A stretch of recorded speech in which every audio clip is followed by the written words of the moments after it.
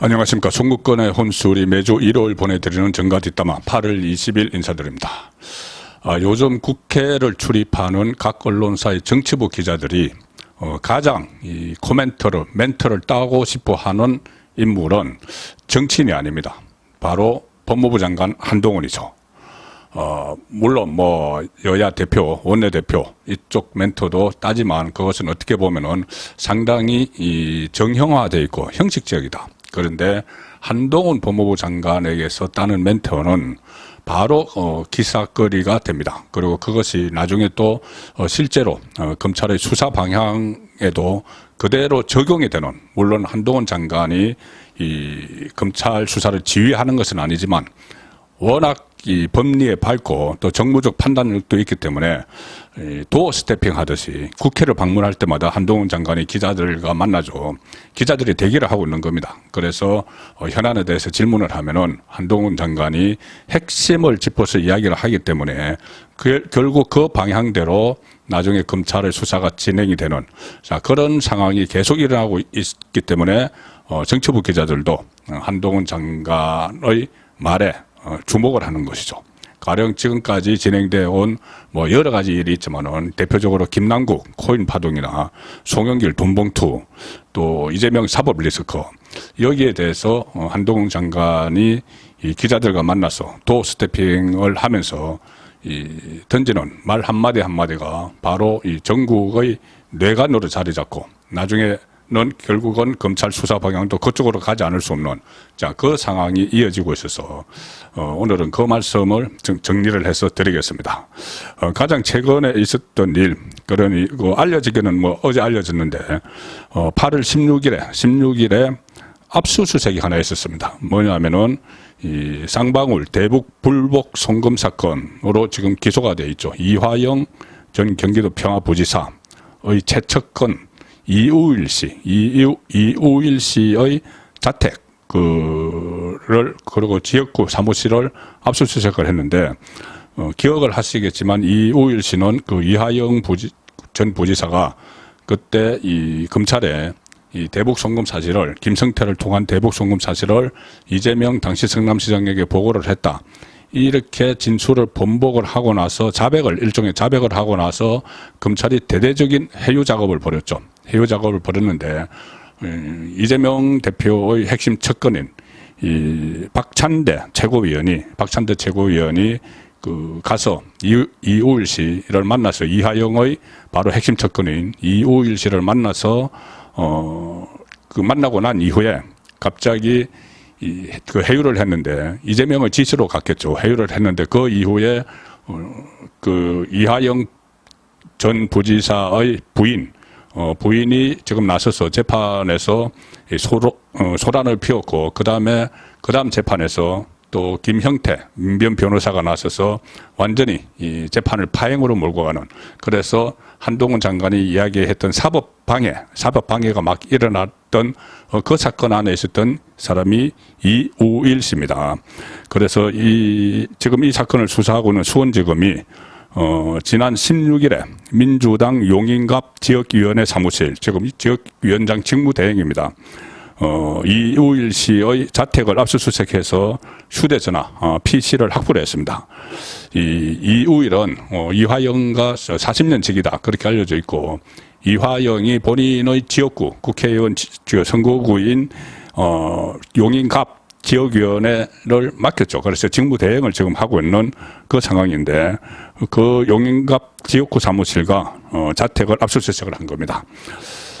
이우일 씨 7월 달에 경기도 그때 용인 모처에서 박찬대 최고위원과 만났고, 애초 혐의를 부인을 해오던 이화영이 자백을 하게 되니까 그 직후부터 해유가 들어갔고, 그때 박찬대는 이재명의 핵심 측근입니다. 그때 대선할 때 이재명 대선 캠프의 수석 대변인도 했죠. 지금은 이재명 체제에서 최고위원이고, 그 박찬대가 아마 이재명의 밀명을 받아서 가서 이하영의 핵심 측근인 이우일을 만나서 해유를 했다, 그런 의혹이 있었는데, 그 의혹에 따라서 지금 검찰이 이우일의 사무실과 자택을 압수수색을 한 거죠.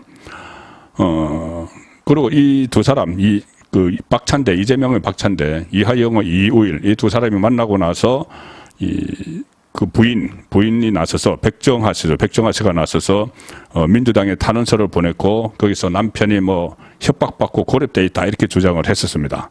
그래서 이재명의 측근들이 지금 이하영을 다시 구슬리기 위해서 자백을 번복시키기 위해서 대대적으로 나선 것 아니냐 그런 그 상황이 지금까지 지금 벌어지고 있는 상황이죠.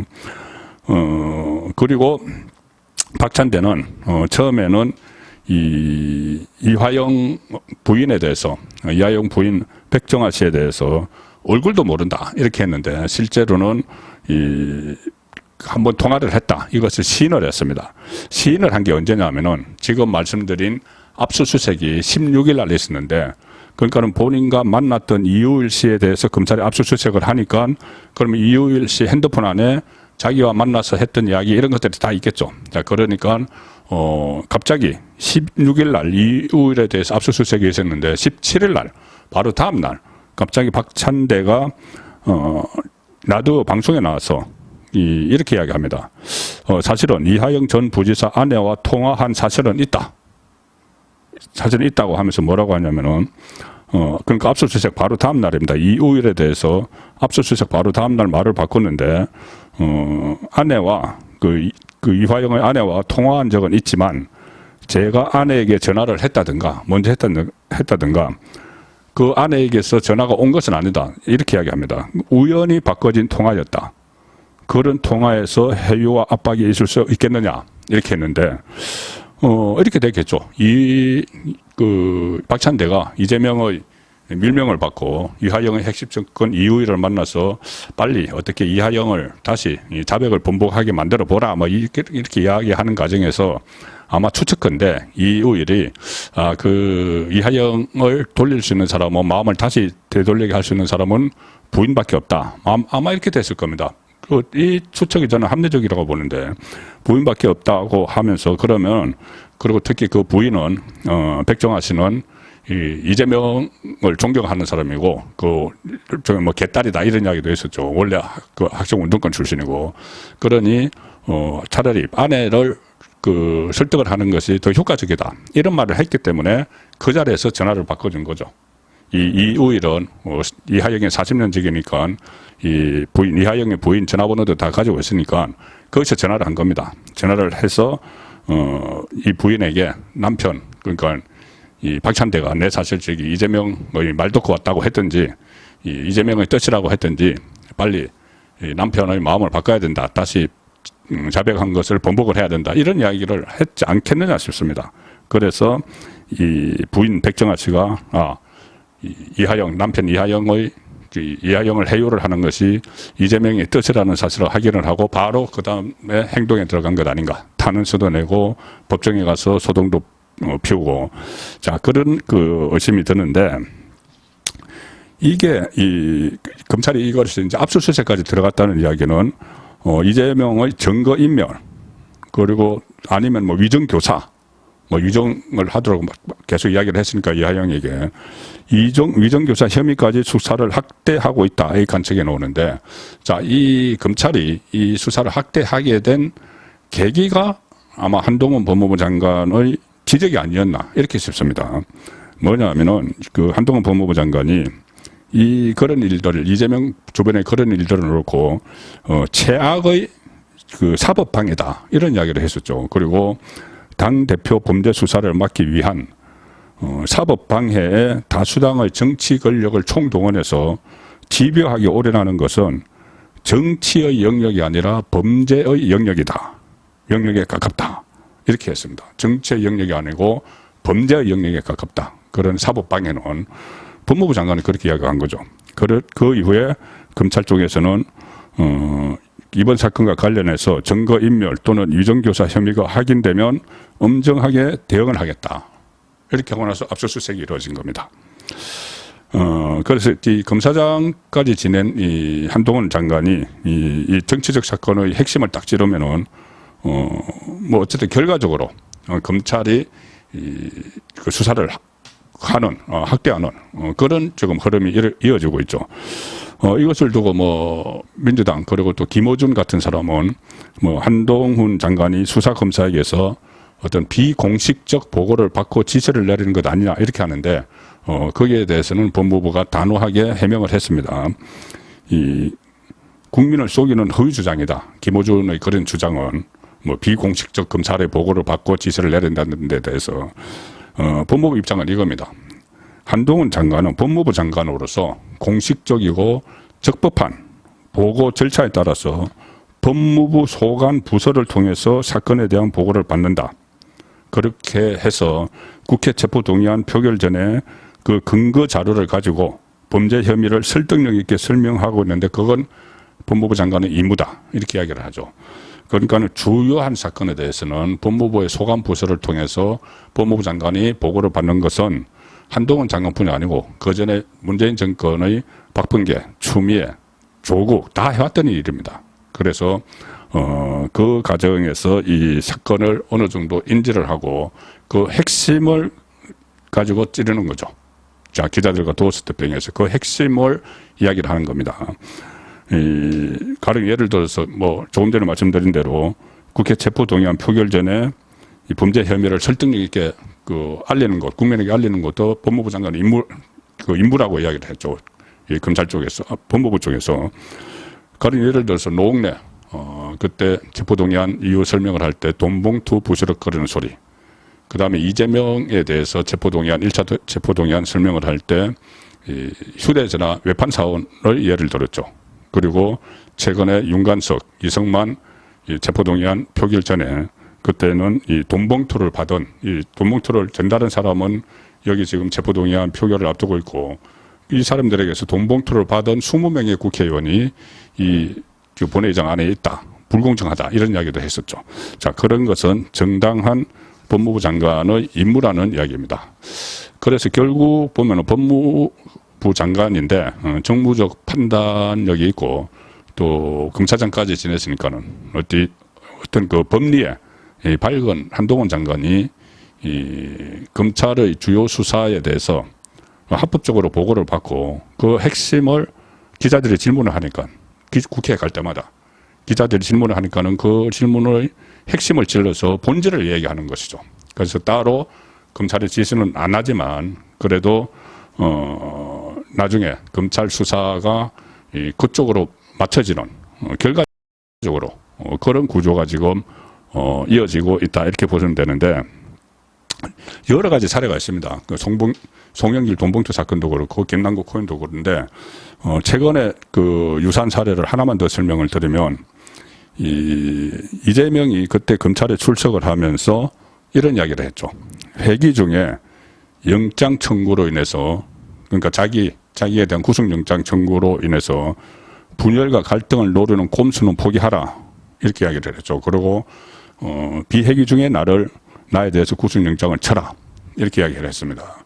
자, 회기 중에 하면은 체포동의안이 표결에 들어가야 되니까 그러면 이제 민주당이 여기서 속내 이야기한 거죠. 이재명은 민주당이 이 분열이 올 수가 있다.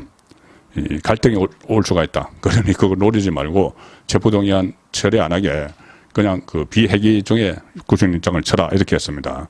그러니까 8월 임시국회는 회기를 중단시킬 수가 있으니까는 그런 비회기가 만들어지면 체포동의안 표결을 안 하죠. 그래서 8월 중에 나에 대한 구속영장을 쳐라. 그리고 9월은 정기국회에 들어가면은 체포동의안 어차피 표결을 해야 되니까는 그 전에 8월 중에 쳐라. 이 이야기를 하고 뭐 박강원 그 민주당 원내대표도 마찬가지. 민주당은 이재명 대표 영장 심사를 막기 위한 국회 회견을 열지 않을 것이다. 그러니 빨리 8월에 영장을 쳐라. 이렇게 했을 때 한동훈 법무부 장관이 딱 핵심을 찔러서 한마디를 했죠. 이렇게 했습니다. 그때도 기자들과 만나서 국회 가천에서 열린 법무부 행사에 가서 기자들과 만나서 아니 이재명 대표 말에 대해서 입으로는 특권을 포기한다고 말씀하셨는데 희한한 특별 대접 요구가 참 많은 것 같아. 그리고 이 범죄 수사를 받는 피의자가 마치 식당 예약하듯이 언제 구속해달라고 요구하는 것은 누가 봐도 비정상적인 일이다. 이렇게 지적을 했습니다. 자, 이렇게 되니까, 이 한동훈 장관의 말은 검찰의 시간표를 이야기한 거죠.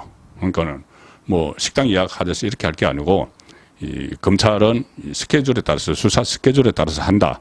자, 그러면은 이 수사 스케줄에 따라서 검찰의 시간표대로 하면은 8월 영장 청구는 거의 불가능합니다. 8월 지금 거의 다 됐죠. 왜 그러냐면은 이화영 재판을 이재명 쪽에서 그 지연시키는 바람에 22일 날 모레 이화영 재판이 다시 열리는데, 그러면 그때 이화영의 진술을 듣고 나서 이재명을 또 소환을 해야 됩니다. 저번에 소환된 건 백현동 관련이고 대북 송금으로 소환을 해야 되면은 8월 말이 되죠.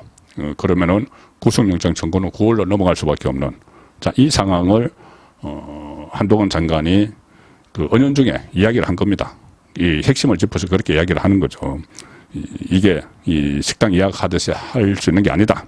자, 이렇게 되니 이 민주당에서 그러면 이것을 한동훈 법무부 장관이 했던 말이 지금 그대로 다 전국 상황으로 이어지고 있기 때문에 그러면 이제 9월에 영장을 치겠다는 말이구나. 저 민주당은 그렇게 받아들입니다. 그래서 하는 것이 어차피 영장이 청구되면은 그러면은 체포동의안이 상정이 될 테고, 그러면 이번에도 또 부결을 시켜야 된다. 이쪽으로 이재명 주변이 움직이고 있죠.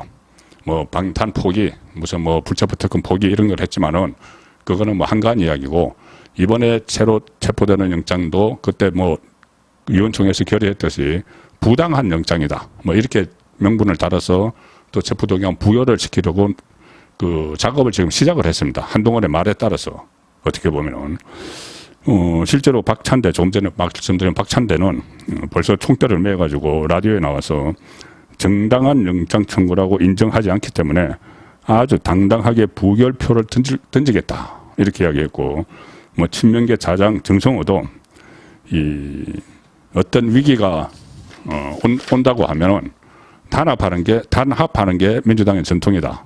그 단합해서 체포동의안 부결시키자. 다시 이쪽으로 선회를 한 겁니다. 한동훈의 말을 식당 예약하듯이 하는 게 아니야 하니까 이거 그럼 체포동의안 표결이 불가피하구나. 이렇게 민주당의 주류들이 인식을 했다는 거죠. 친명계 쪽에서. 그래서 부결 운동을 지금 벌이기 시작을 했습니다.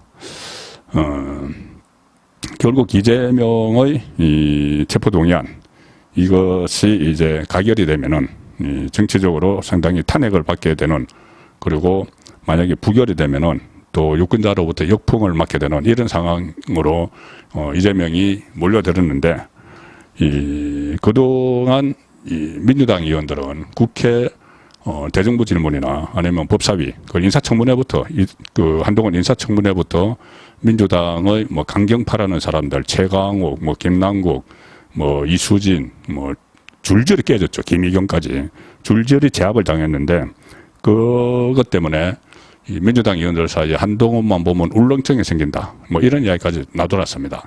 그런데 지금은 이 한동훈 장관이 이 정치적 현안 아니면 사법적 현안에 대해서 어떤 언급을 하느냐. 여기에 또 민주당의 주류 쪽에서 촉각을 곤두세우고, 물론 기자들뿐이 아니고 정치부 기자들뿐이 아니고 이 민주당 국회에 있는 민주당 사람들도 한동훈의 말 한마디 한마디에 촉각을 곤두세우는, 자, 그런 상황이 전개가 되고 있고, 조금 전에 말씀드린 대로 갑자기 뭐 불체포 특권 포기 이야기를 하다가 갑자기 체포 그 동의안 오면 부결 이렇게 돌아서는 것도 결국 한동훈 장관의 딱 그 말을 보니까 이것은 불가피하구나 이런 판단을 해서 정치적 액션을 취하게 되는, 그래서 대응책을 마련하게 되는, 자, 그런 일들이 지금 이어지고 있어서 증거에 관심이 되고 있습니다. 한동훈 장관의 또 다른 파괴력, 위력 이렇게도 묘사가 되고 있죠. 증거 뒷담화였습니다.